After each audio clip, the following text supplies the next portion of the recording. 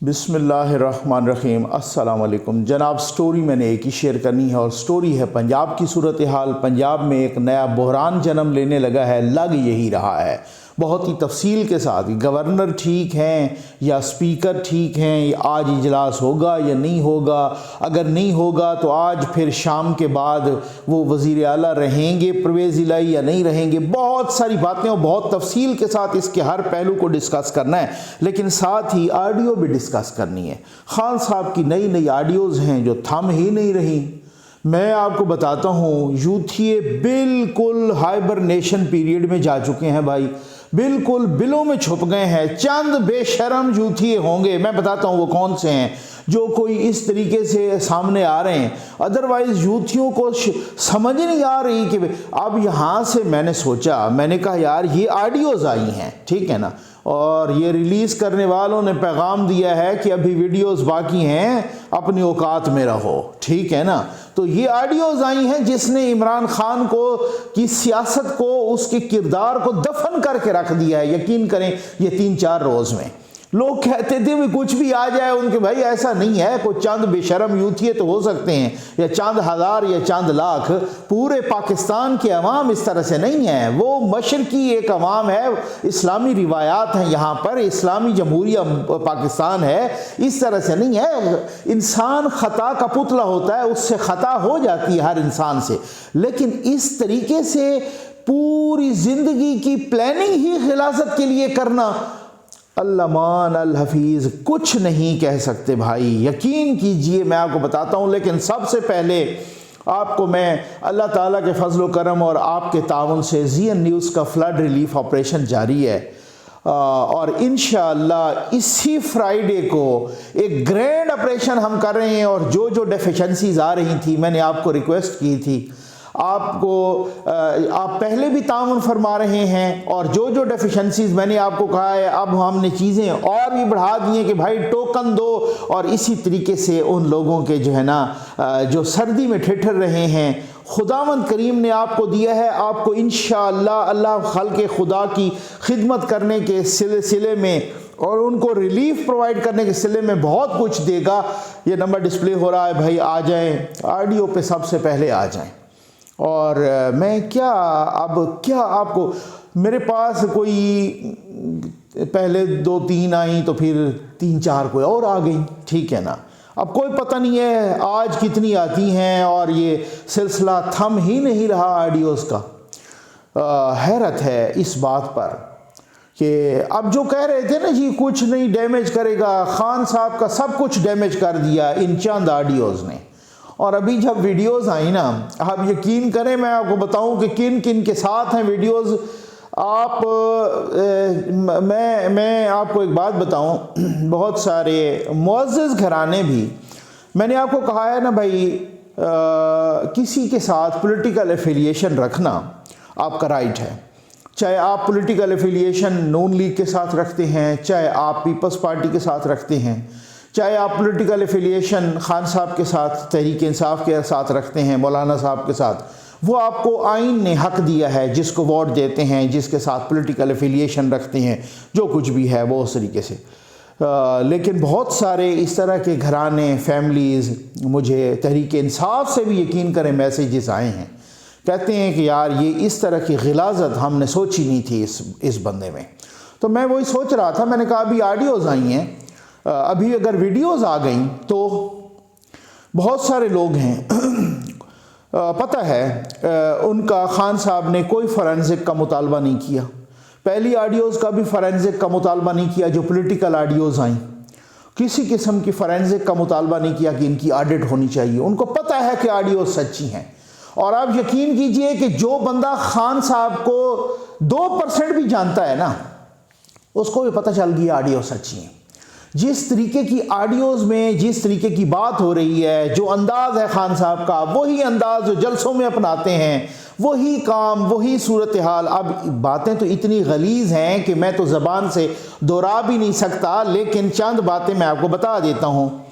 पहली बात तो ये है कि अब वो सबको समझ आ गई और पता भी चल गया, और नाम शाम भी आ गए, और ऑडियो के अंदर भी सब कुछ मौजूद है, और उसके सबूत भी कि उनकी जो ऑडियो है वो आयला मलिक साहबा के साथ हैं, और सिर्फ ऑडियो नहीं है, फिर जो ये कहा जा रहा है पिछली दफ़ा हमने ये किया था तो अगली दफ़ा हम ये करेंगे, अब मैं क्या कहूँ, ठीक है, उसमें वो सब कुछ ही मौजूद है, ठीक, उसी ऑडियो में। और आयला मलिक साहबा के साथ मतलब कहने का मकसद ये है कि किसी हमने सुना था कि जनरल याहिया, मैंने आपको पहले कहा ना कि हर शख्स ख़ता का पुतला है और उससे ख़ता हो सकती है, लेकिन आप जब इस तरीके की प्री प्लान्ड तरीके से इस लस्ट के पीछे, इस गलाजत के पीछे इतनी लस्ट आप में आ जाए कि आप इस तरह से शुरू हो जाएं कि जैसे आप अल्लाह रसूल से जंग करने लग गए हैं, मतलब इस हवाले से। और हमने सुना था कि इस तरह की लस्ट जनरल याहिया खान में थी और उसकी कहानियाँ भी बड़ी आईं, और ये वो और वो जनरल रानी वाले चक्कर और सारा कुछ। लेकिन यार ये तो उसको कहीं कोसों दूर पीछे छोड़ गया है। एक ऐसा शख्स जो उस लड़की को कह रहा है कि मेरी फैंटेसी का पता है तुम्हें, मेरी फैंटेसी ये है, मैं चाहता ये हूँ, ठीक है, कि एक ही बेड में तुम और तुम्हारी बहन ये दोनों मेरे साथ हों। तो वो आगे से कहती है कि उसके बॉयफ्रेंड को वो कैसे इजाज़त देगा। उसे जवाब देता है हमने उसके बॉयफ्रेंड को थोड़ी बताना है। ये आप अंदाज़ा कीजिए, ये वो बंदा है जो कंटेनर पे चढ़े तो इय्याका नअबुदु व इय्याका नस्तईन, अम्र बिल मारूफ के साथ हो जाओ, ठीक है ना। ये इससे बड़ा मुनाफिक आपने देखा?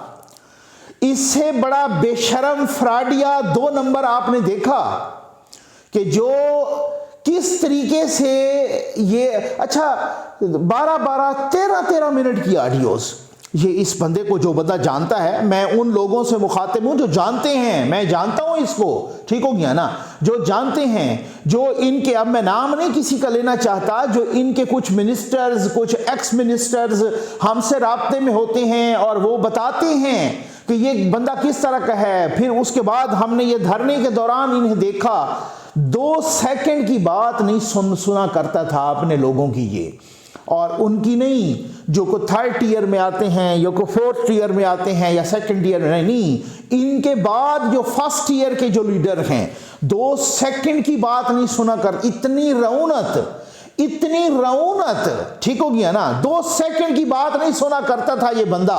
और ये एक दफ़ा हमें याद है, हम गए इंटरव्यू के लिए कंटेनर में, तो वो उन्होंने कहा कि जी इधर आना है, किसी और ने कहा कि जी इधर आना है, यानी ऊपर जाना है या यहाँ पे बैठना है, ठीक हो, कंटेनर की छत पे करेंगे या इधर करेंगे या किधर आना है या उधर। एक ने कहा गालिब असद उमर साहब थे या बाकी शीरी मजारी साहबा थी या कोई और थे, तो उन्होंने कहा जी इधर आने का, इधर आना है। जोर से चीखा ये बंदा, और किधर जाना है मुझे बताओ, एक दफ़ा बताया करो। आप यकीन करो वल्लाह मैं अल्लाह को हाजिर नाज़िर जान के, वो बंदा 13-13 मिनट की, 10-10 मिनट की ऑडियो लड़कियों के साथ, आगे से लड़कियां उसे कह रही है बदतमीज, ये ऑडियो में है, ठीक हो गया ना, आगे से लड़की उसे कह रही है तू मेरी एक किक की मार है, ठीक हो गया ना। ये कहता है कि मैंने अपने आप को भी फिट करना है जरा, वो कहती है कि फिट क्या करना है, तू मेरी एक किक की मार है। ये वो मुहज़्ज़ब तरीन जुमले थे जो मैं यहां बता सकता हूं अपने YouTube पर, बाकी अल्लामान अल्लाफीज, बाकी खुदा बस उसको छोड़ दीजिए। ये है इस शख्स की असलियत। इस शख्स को इस तरीके से अल्लाह ने बेनकाब किया, इस तरीके से इसकी बेशर्मी को बेनकाब किया। अब कुछ वो बेशर्म यूथिये हैं यार, दौलत के लिए, बाकी चीज़ों के लिए, कुछ बाज़ लोगों की दौलत के लिए लस्ट होती है और वो लस्ट उन्हें अंधा कर देती है बाज़ लोगों को। बाज़ लोग ऐसे भी होते हैं कि जो अल्लाह की राह में ख़र्च करते हैं, जिस तरह से सैलाब मुतासरीन की दुखी इंसानियत की मदद कर रहे हैं, पाकिस्तानी भी और ओवरसीज़ पाकिस्तानी भी। बाद लोगों को दौलत की लस्ट उसकी इंसानियत भुला देती है, जैसे मैं माज़रत के साथ कहूँगा इमरान रियाज को भुला दिया। वो यूथिया, बेशरम यूथिया बैठा है और बता रहा है जनाब अपने यूट्यूब चैनल पर और लैपटॉप खोल के कि ये 2 नंबर ऑडियोज़ कैसे बनती हैं, ठीक हो गया ना, क्योंकि उससे तो व्यूज़ लेने हैं और यूथियों को मज़ीद बेवकूफ़ बनाना है। लेकिन ओ भाई बेशरम यूथिया जितने अकल से खाली हों, कम अज कम उनके घर में माँ बहनें हैं। ठीक हो गया ना। आज सोशल मीडिया है, हर घर में, हर हाथ में एंड्रॉयड मोबाइल है, बच्चे बच्चे के हाथ में एंड्रॉयड मोबाइल है। ठीक हो गया ना, उनके घर में है। और ये जो पिछले 3-4 रोज से ये जो तमाशा लगा हुआ है और ये जो ऑडियोज आ रही हैं, तो हर कोई मुंह छुपा रहा है तहरीक इंसाफ का। इस तरह के बेशरम लोग, वो उसे जवाद अहमद साहब ने कहा, मैं अभी देख रहा था, उन्होंने कहा कि मैं आपको चैलेंज करता हूं कि मैं ये फेक ऑडियोज ये आपसे बहुत ज्यादा समझता हूं और मैं आपको चैलेंज करता हूं कि ये ऑडियोज असली हैं और आप मुझे चैलेंज करो, मुझ पे केस करो। ठीक है ना। ये वो बेशरम लोग हैं। मुझे आपको याद होगा कि एक वो जो वीडियो आई थी अरशद मलिक की, जो नासिर भट्ट साहब ने वहाँ रिलीज़ की थी, और फिर उसके बाद उस वक़्त फिरदौस आशिक अमान साहबा वो थी मुशीर इतलात, उन्होंने कहा हम इस ऑडियो का फॉरेंसिक करवाएंगे फौरी तौर पे, ये जाली है, ऐसी तैसी, ये वो, इसका फॉरेंसिक। वो आज तक फॉरेंसिक नहीं हुआ। नासिर भट्ट साहब ने बरतानिया से फॉरेंसिक करवा के वो ऑडियो वहाँ पे पाकिस्तान के सफारत खाने में जमा करवा दी। लो जी, ये फॉरेंसिक हो गया। अब जब इनको पता चल गया कि ये असली है, तब ये नस गया कि जी हमने फॉरेंसिक नहीं करवानी। ओ भाई, फॉरेंसिक करवाओ ना। ये जो ऑडियो है, ये जो इसमें खान साहब की आयला मलिक साहबा के साथ कराओ ना फॉरेंसिक, जरा हिम्मत करो। तुम्हें जूते पड़ेंगे, तुम्हें खुदा ने जलील किया है, जूते पड़ेंगे तुम्हें मुंह पे जूते लगेंगे, तुम्हारी बेगैरती एक्सपोज हो गई है। मैं माजरत के साथ कहूंगा कि इस तरह के मैं अल्फाज इस्तेमाल नहीं करता। यार, ये कोई बात हुई कि आप लोगों के बच्चों को इस तरीके से मुनाफकत का अंदाज अपनाएं, अपने ऊपर मुनाफकत का लिबादा ओढ़ें, और आपकी असलियत ये हो कि आप जिस तरीके की बात हो। और आज तक मैं आपको बताता हूं, आज तक वो सारी चीजें बरकरार हैं, आज तक। ठीक हो गया ना। एक बंदे ने मुझे कहा, मैंने उससे कहा कि भाई आपने वो किसी रिहेबिलिटेशन सेंटर से ताज़ा निकला तो पूरी दास्तान सुनाई, एक मैंने वीडियो भी की थी। उस बंदे ने मुझे कहा कि भाई बात ये है कि ये जो सूरत हाल है, ये बनीगाला के किस्से सुना रहा था, और इस तरह से लड़कियां, और इस तरह से कोकेन, इस तरह से सारा चलता। और तो मैंने उससे कहा कि अब तक भी वही सिलसिला है। उन्होंने कहा जी बिल्कुल, इसका मैं चशमदीद गवाह हूं, मुझे चैलेंज कर लेंगे। ठीक है ना। ये हालात हैं। जो यूथिये कहते हैं ना, फलां ने तो पता नहीं तौबा कर ली थी, इसकी तीनत में यही है, इसकी फितरत में यही बेशर्मी है। इसकी ये तौबा होती है, ऐसी बात नहीं है कि मैं कहता हूं कि तौबा नहीं होती, खुदावंद करीम तौबा कबूल करता है, लेकिन इसकी फितरत ये कुछ लोग होते हैं जो जिनकी टांगें कब्र में होती हैं, जो कब्र के जाने तक भी जो है ना, हम हर किसी ने जाना है, उधर ही जाना है, कब्र के जाने तक ही बेशर्मी उनकी फितरत से निकलती नहीं है। ये उनमें शामिल हैं। कुछ लोग इस तरह से भी होते हैं। अब क्या जो है ना, मैंने अच्छा खासा पॉलिटिकल शो करना था, और वो पॉलिटिकल शो पंजाब की सूरत हाल है भाई। ठीक है ना। और हो सकता है मेरे बहुत सारे भाइयों को ये पॉलिटिकल शो अब फीका लगने लगे इससे आगे वाली गुफ्तगू, लेकिन भाई थोड़ा सा जुड़े रहें। ठीक है ना। आपको मैं बोर नहीं होने दूंगा। अब जल्दी मैं ये भी बताता चलूँ कि पंजाब की जो ये सूरत हाल है, ये क्या है। स्पीकर साहब फरमा रहे हैं, आएगी अभी सामने पता चल जाएगा।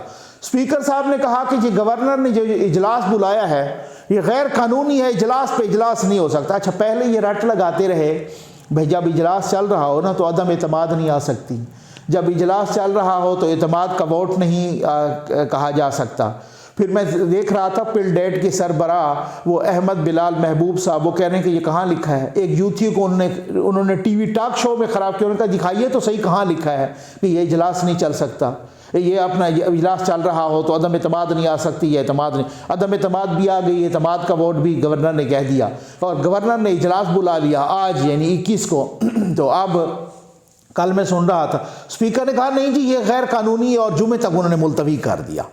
अब एक बहरान पैदा हो गया है। कल जस्टिस शाइक उस्मानी साहब को मैं सुन रहा था शाहजेब खानजादा साहब के प्रोग्राम में, वो कह रहे थे कि भाई स्पीकर साहब को गलत फहमी है, स्पीकर साहब को पता नहीं कौन सी गलतफहमी है और वो कह रहे हैं कोई जो असेंबली के रूल्स ऑफ प्रोसीजर्स होते हैं वो कोई रूल्स ऑफ प्रोसीजर या रूल्स ऑफ बिजनेस वो कोई आइन से बालातर होते हैं। आइन के मुताबिक अख्तियार है गवर्नर को कि वो किसी भी वक्त कह सकता है जब वो समझे कि ये वज़ीर आला एतमाद खो चुका है, तो अब गवर्नर जब फैसला कर चुके तो फिर उसके बाद हर सूरत में वज़ीर आला को लेना होता है। शाहजेब ने सवाल किया कि अगर वो ना ले इसका एतमाद का वोट तो क्या होगा? उन्होंने कहा फिर वो वज़ीर आला नहीं रहेगा। बस सिंपल सी बात है। फिर राना सनाउल्लाह साहब ने भी कहा है कि वो वज़ीर आला नहीं रहेगा अगर इत्तेमाद का वोट नहीं लेगा। तो फिर राना सनाउल्लाह साहब ने यह भी कहा है फिर उसके बाद हम वज़ीर आला हाउस को सील कर देंगे। यहां तक भी सूरत हाल है। एक बात है, मुझे ये मामला उसी तरह से अदालत में जाता हुआ नजर आ रहा है जिस तरह से 8 और 9 अप्रैल की शब का मामला अदालत में चला गया था और फिर उसके बाद अल्लाह ने वहां से भी इनको जूते मारे थे। ठीक हो गया, मैं वेरी सॉरी, इनको वहां से भी शर्मिंदा किया था। ठीक है ना, इनको वहां से भी शर्मिंदगी उठानी पड़ी थी और इसी तरीके से यहां से भी वही होगा और यहां से भी अदालत में ये जाएंगे और अदालत ही फैसला करेगी कि क्या होना है। लेकिन एक बात वाज़ेह है, इसी पे वीडियो खत्म करूंगा, और वो बात ये है कि कम अज कम ये पता चल गया है कि चौधरी परवेज इलाही एतमाद का वोट नहीं ले सकते। अगर उनके वोट पूरे होते और 186 को असेंबली में ला सकते तो कभी भी वो इधर उधर की ना मारते, स्पीकर को कहते छोड़ दीजिए, आने दीजिए इजलास, मैं इजलास आज बुलाएं और इसी तरीके से हो और इजलास और मैं एतमाद का वोट इनको लेके दिखाता हूं, फिर देखें किस तरह की इज्जत बुलंद होती, फिर वो अदम एतमाद भी फेल होती। फिर वो सर कम अज कम ये बात सच है, बिल्कुल बच्चे बच्चे पर आया हो चुकी है कि चौधरी परवेज इलाही के पास 186 नहीं है, क्योंकि एतमाद के वक्त उनको 186 लाने हैं, अदम एतमाद के वक्त नून लीग और पीपल्स पार्टी को लाने हैं। अगली वीडियो में ये भी डिस्कस करेंगे जरूर कि अब वज़ीर आला कौन आ रहा है, ये क्या सूरत हाल। अब तो सूरत हाल ये है कि परवेज इलाही अगर खुद कहे ना कि मैं असेंबली नहीं तोड़ता, ठीक है, या तोड़ता हूं या नहीं तोड़, अब तोड़ तो वैसे नहीं सकते, उनके खिलाफ अदम एतमाद आ गई है, उधर से उनके साथ भी बहुत ज्यादा बिगड़ गई है।